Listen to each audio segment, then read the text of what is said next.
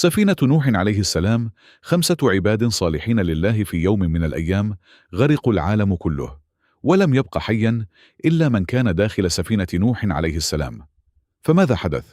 وكيف نجى المؤمنون؟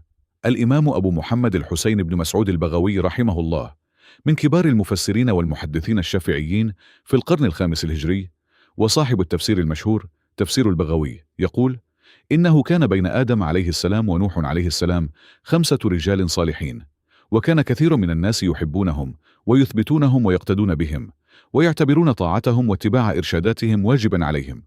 وبقدرة الله مات هؤلاء ال5، لكن الناس ظلوا زمنا طويلا يسيرون على طريقتهم في العبادة وطاعة أوامر الله. وكان هذا الأمر شديدا على الشيطان، فوسوس لهم قائلا: لو صنعتم صورا وتماثيل لهؤلاء الصالحين ووضعتموها أمامكم في أماكن العبادة، فسيزداد خشوعكم وخضوعكم في العبادة. فانخدع الناس بوسوسته وصنعوا تماثيل لهم ووضعوها في معابدهم. ومع مرور الزمن مات الجيل القديم وجاء جيل جديد، فوسوس لهم الشيطان مرة أخرى وقال: إن آباءكم كانوا يعبدون هذه التماثيل، وهذه هي آلهتهم التي كانوا يعبدونها. فبدأ قوم نوح عليه السلام بعبادة تلك الأصنام، وانتشرت عبادتها مع مرور الوقت في أنحاء العرب، حتى صارت تعبد بقوة وشهرة كبيرة. وقد ذكر الله قول الكفار في سورة نوح: وقالوا لا تذرن آلهتكم ولا تذرن ودا ولا سواعا ولا يغوث ويعوق ونسرا. سورة نوح 23.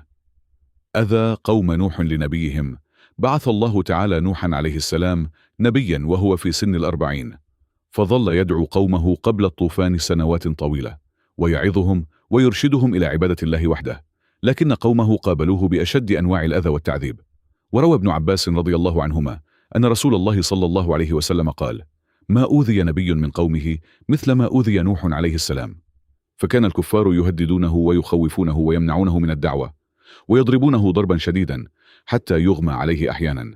كانوا أحيانا يضعون حبلا في عنقه ويجرونه في الأسواق، وأحيانا يضربونه ضربا شديدا حتى يظن قومه أنه قد مات، فيلفونه في بطانية ويطرحونه في بيت أو مكان خال. ولكن عندما يفيق من إغمائه يعود مرة أخرى إلى دعوة قومه إلى طريق الحق. وقد روى الإمام البخاري رحمه الله أن النبي صلى الله عليه وسلم كان يذكر قصة أحد الأنبياء نوح عليه السلام، فقال: إن قومه ضربوه ضربا شديدا حتى سال الدم من وجهه، فكان يمسح الدم عن وجهه ويقول: اللهم اغفر لقومي فإنهم لا يعلمون.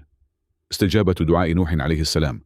ظل نوح عليه السلام يدعو قومه إلى دين الحق مدة 950 عاما، وكان في لياليه يناجي ربه ويدعو لقومه بالهداية. ولكن في هذه الدعوة الطويلة لم يؤمن معه إلا 80 شخصا، ومن بينهم بعض أفراد أهله. وأخيرا جاء الوقت الذي يئس فيه من قومه، فرفع شكواه إلى ربه كما ورد في سورة نوح من الآية 5 إلى 20. وبعد هذه الشكوى دعا ربه دعاء مؤثرا وخاشعا، فاستجاب الله تعالى دعاء نوح عليه السلام، ونزل الأمر من عند الله: يا نوح، لن يؤمن من قومك إلا من قد آمن، فلا تبتئس بما كانوا يفعلون، واصنع الفلك بأعيننا ووحينا، ولا تخاطبني في الذين ظلموا إنهم مغرقون. فأمر نوح عليه السلام أن يصنع السفينة بأمر الله، وألا يحزن على الكافرين لأنهم سيغرقون لا محالة. يكتب العلامة عماد الدين ابن كثير رحمه الله أن بعض العلماء ذكروا أن الله تعالى أمر نوحا عليه السلام أيضا، فقال: ازرع شجرة معينة تصنع من خشبها السفينة. فزرع نوح عليه السلام تلك الشجرة، وانتظر 100 سنة حتى كبرت، ثم قطعها وصنع منها ألواحا مستوية. ويروى أن هذا العمل استغرق 100 سنة أخرى، وقيل 40 سنة، والله أعلم. ونقل محمد بن إسحاق رحمه الله عن الثوري رحمه الله أن خشب السفينة كان من خشب الساج، وقيل بل كان من خشب الصنوبر. ويروي ابن عباس رضي الله عنهما أن طول السفينة كان 1200 ذراع، وعرضها 600 ذراع.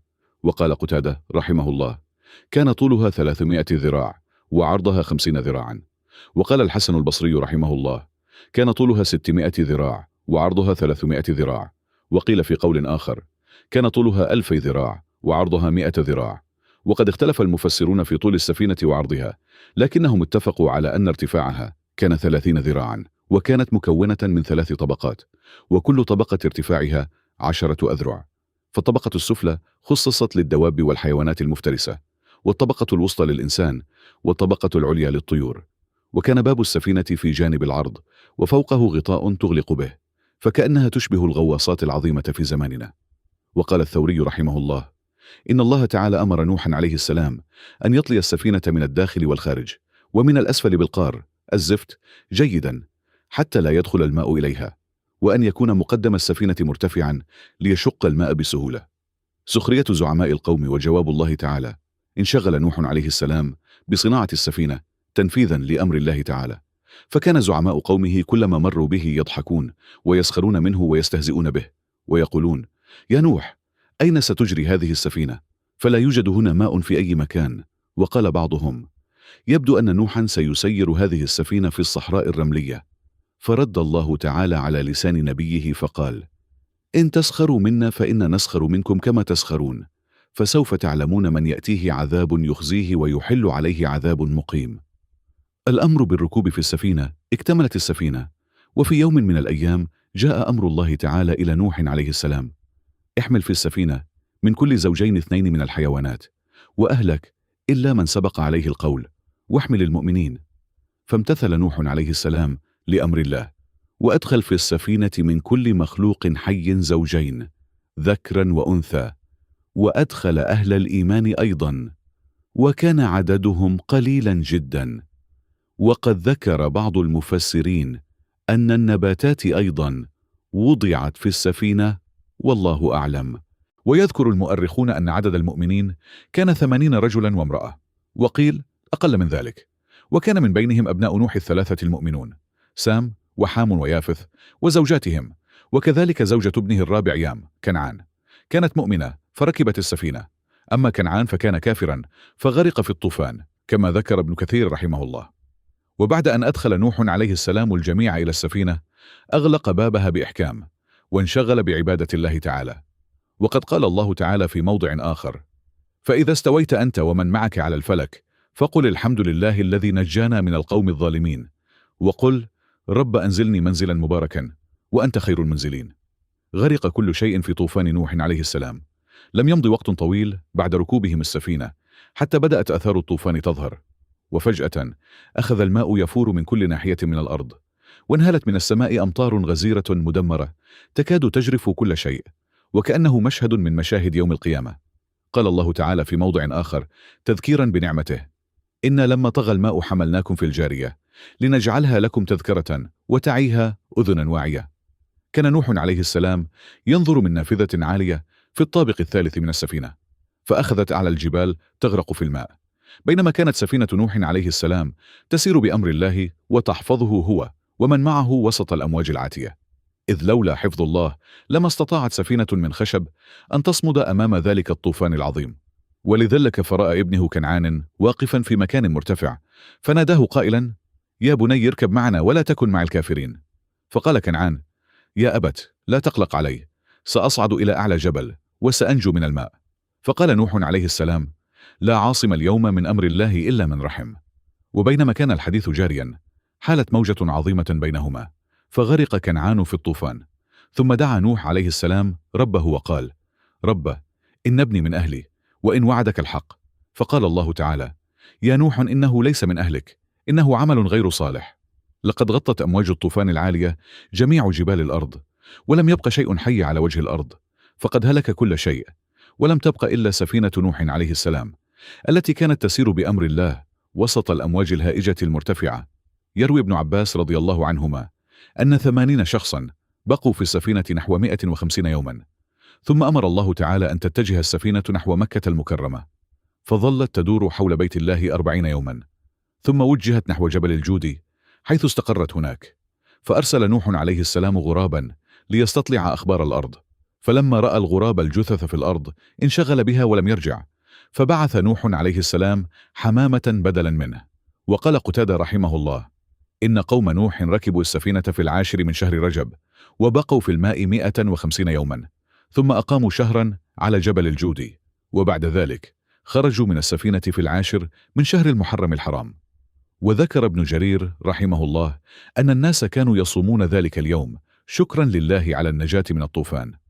ويروي محمد بن إسحاق رحمه الله أنه لما أراد الله تعالى أن يوقف طوفان نوح عليه السلام أرسل رياحا قوية على الأرض، فتوقف الماء وانغلقت العيون، وبدأ الماء ينخفض حتى جفت الأرض. ووفقا لرواية التوراة استقرت السفينة على جبل الجودي في 10 من رجب، وظهرت قمم الجبال في اليوم الأول من الشهر 10 شوال. وبعد مرور 40 يوما أخرى فتح نوح عليه السلام نافذة السفينة وأرسل غرابا ليرى حال الأرض وما أحدثه الطوفان، لكنه لم يرجع لأنه انشغل بأكل الجيف. ثم أرسل نوح عليه السلام حمامة فعادت بعد وقت قصير ولم يظهر على قدميها ما يدل على جفاف الأرض، فأدخلها نوح عليه السلام إلى السفينة.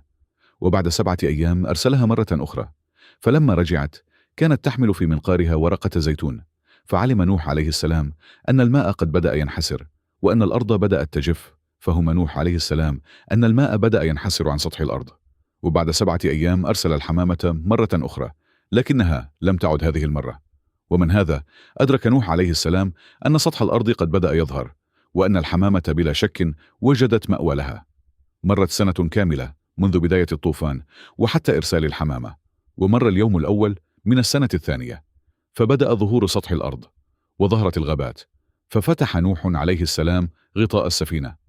وبحسب أهل الكتاب أمر الله تعالى نوح عليه السلام بأن يخرج الجميع من السفينة، ثم وعد الله تعالى نوحا عليه السلام أنه لن يرسل طوفان عظيم على أهل الأرض مرة أخرى. روى ابن عباس رضي الله عنه أن قوس قزح هو رسالة من الله للأمان بعد الطوفان، ويظهر في السماء في أيام المطر بألوان متعددة على شكل قوس. أول مستوطنة خارج السفينة نزل نوح عليه السلام من جبل الجودي وبنى مستوطنة أطلق عليها اسم 80، أي مستوطنة 80 شخصا.